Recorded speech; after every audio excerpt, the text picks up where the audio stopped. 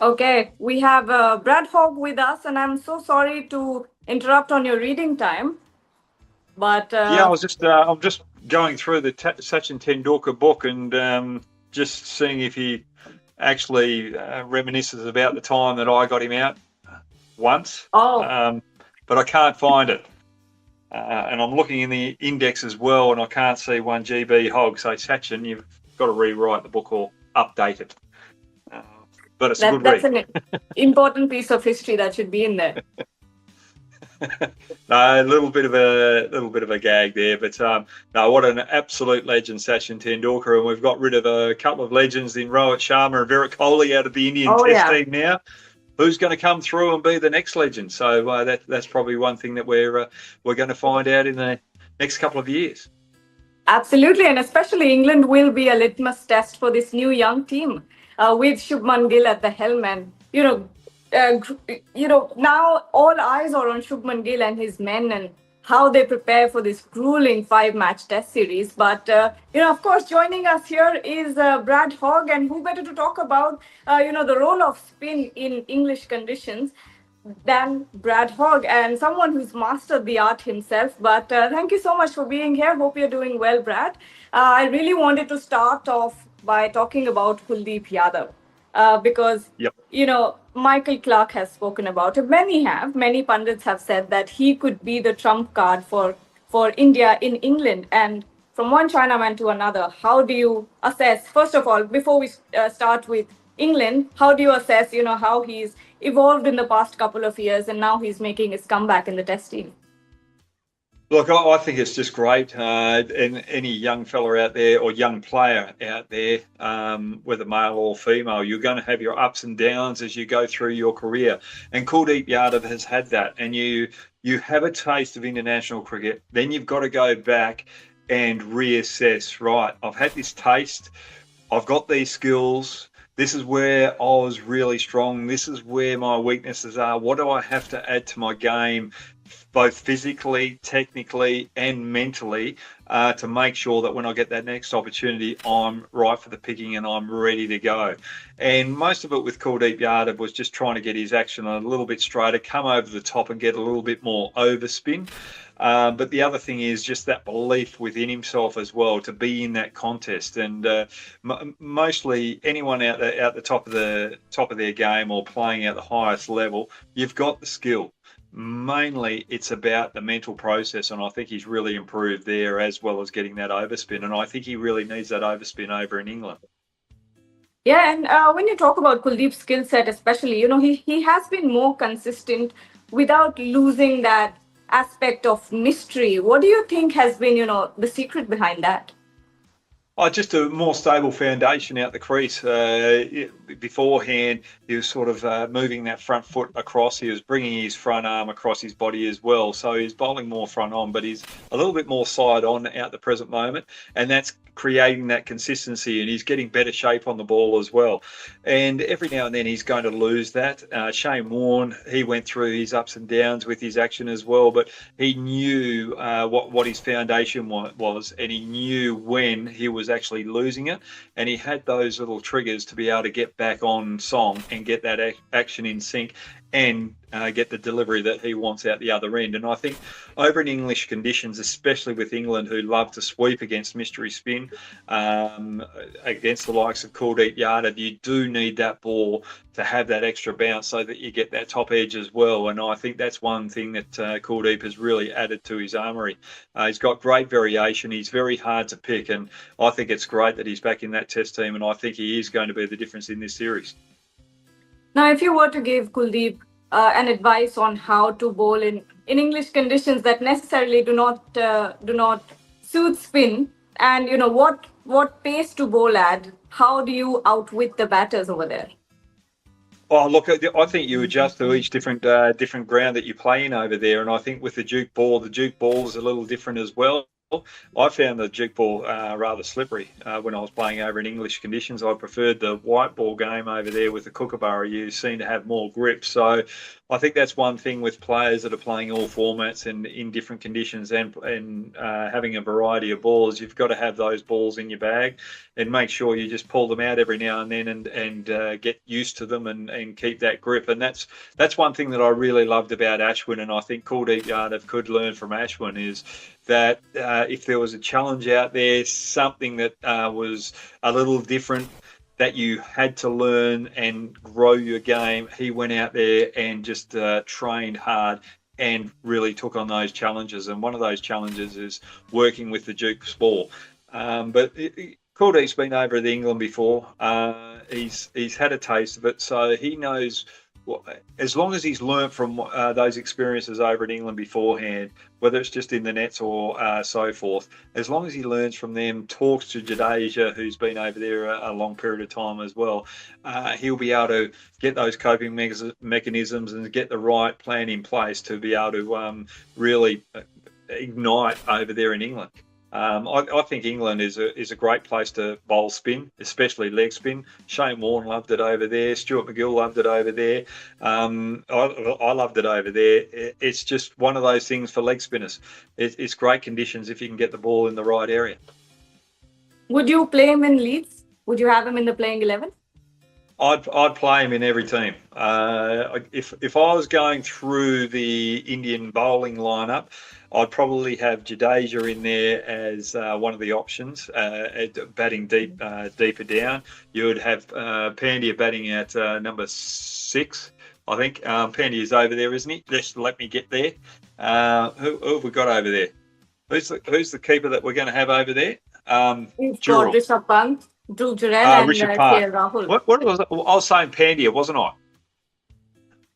Yeah. I was saying Pandya. Look, we're doing this during the World Test Championship, so Australia playing over there. So Pant, you have Pant coming in at 6, Jadeja coming in at 7, and you've got that all-round ability there. Then Kuldeep, and I'd have Bumrah. Arshdeep Singh, I think you need a left arm bowler there, and I'd go with Pradesh as well. But Pradesh has got that extra height. Really loving what he's got out at the moment. He's got plenty of energy, and with that extra height and bounce, he adds that variety. So you've got left arm variety there in your pace, a little bit of height, and then Bumrah with his reverse swing and natural swing as well. And then you've got 2 spinners there. The reason why I did bring up Pandya is I would have liked the medium pace all-rounder over there, but he's not in that particular squad. So I'd definitely go with Jadeja in that lineup. And you can also have Reddy batting down in the lower order as well with his little medium paces. So India have got good balance there in their bowling department. It's just the batters. You have Shardul Thakur as an option as well. Yeah, the thing with Thakur, and I'm sorry about this, Shardul Thakur, and any fans out there with Thakur. The thing with him, I love his all-round ability, but I just think he's let himself down over his career with his fitness. I just don't think he's looked after himself, and I don't know whether you can have him in that lineup. I'd still stick with Jadeja. I think Jadeja adds better depth with your batting. And you might be able to have Reddy in there as well with the bat and just bowling a few medium paces. But I don't think you can go in there with Thakur.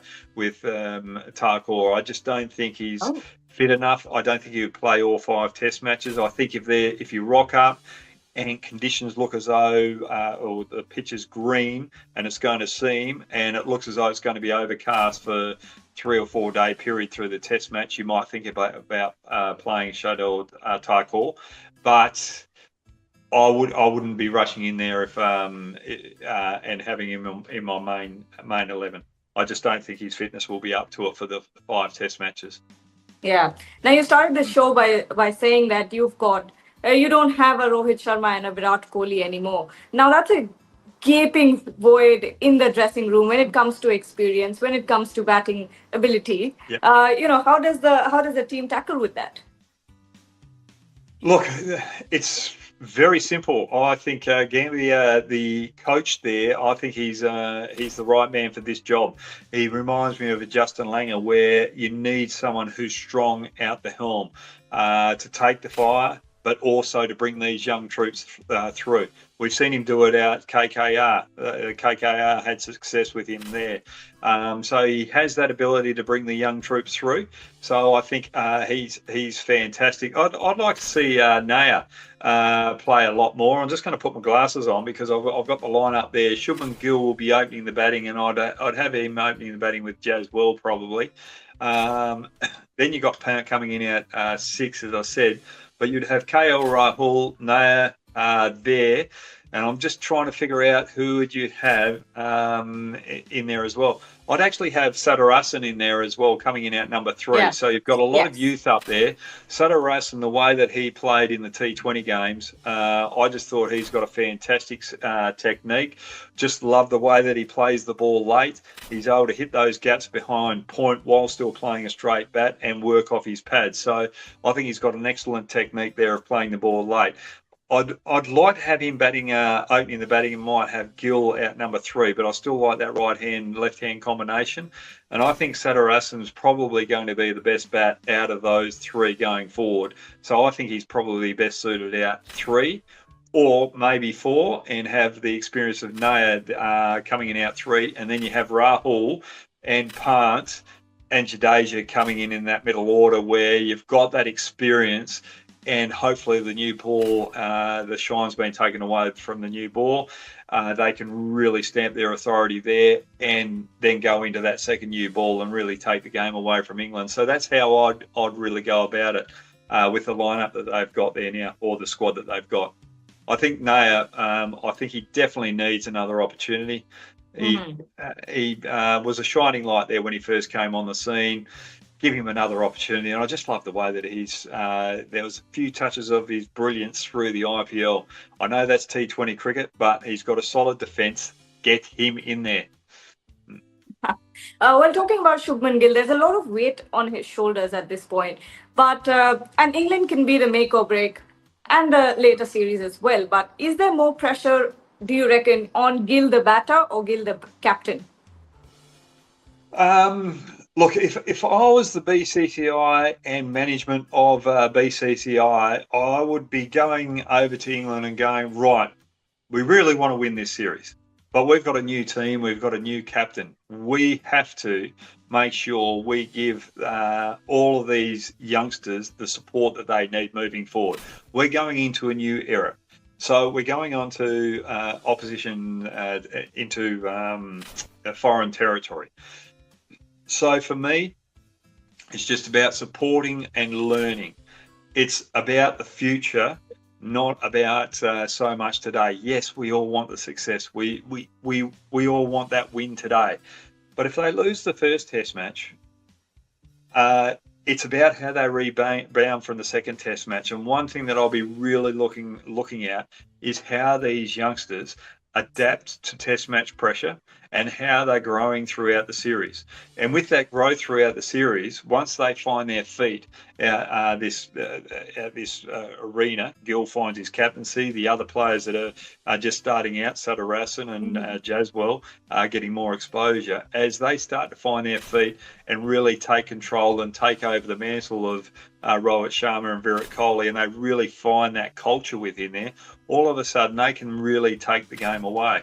So for me, I'm not really worried. I wouldn't be worried about too much with the first couple of test matches. It's more at the back end. How has this team grown moving forward?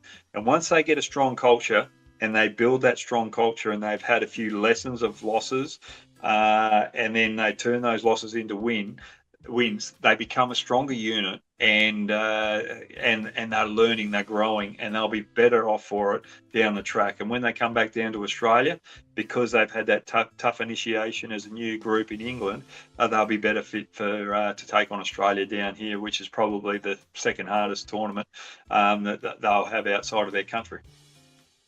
Actually, should I say the hardest? England's a little bit easier. All right. Well, I'm talking about Jasprit Bumrah. Now we know that he's going to be playing a maximum of 3 test matches. Now, when you take that into consideration, how is the Indian bowling attack looking? Oh, look, I think the Indian bowling lineup is very well balanced. I think Krishna,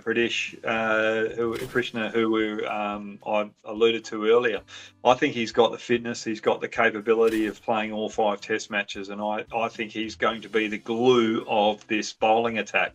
When I say the glue of this bowling attack, I mean that he's there for the five Test matches. So he's what you're basing the attack around. Bumrah's coming in for 3 Test matches. You've got to be very strategic with those 3 Test matches. Where are you going to get the most benefit out of him? Because he can turn the game, he can turn the series on its head.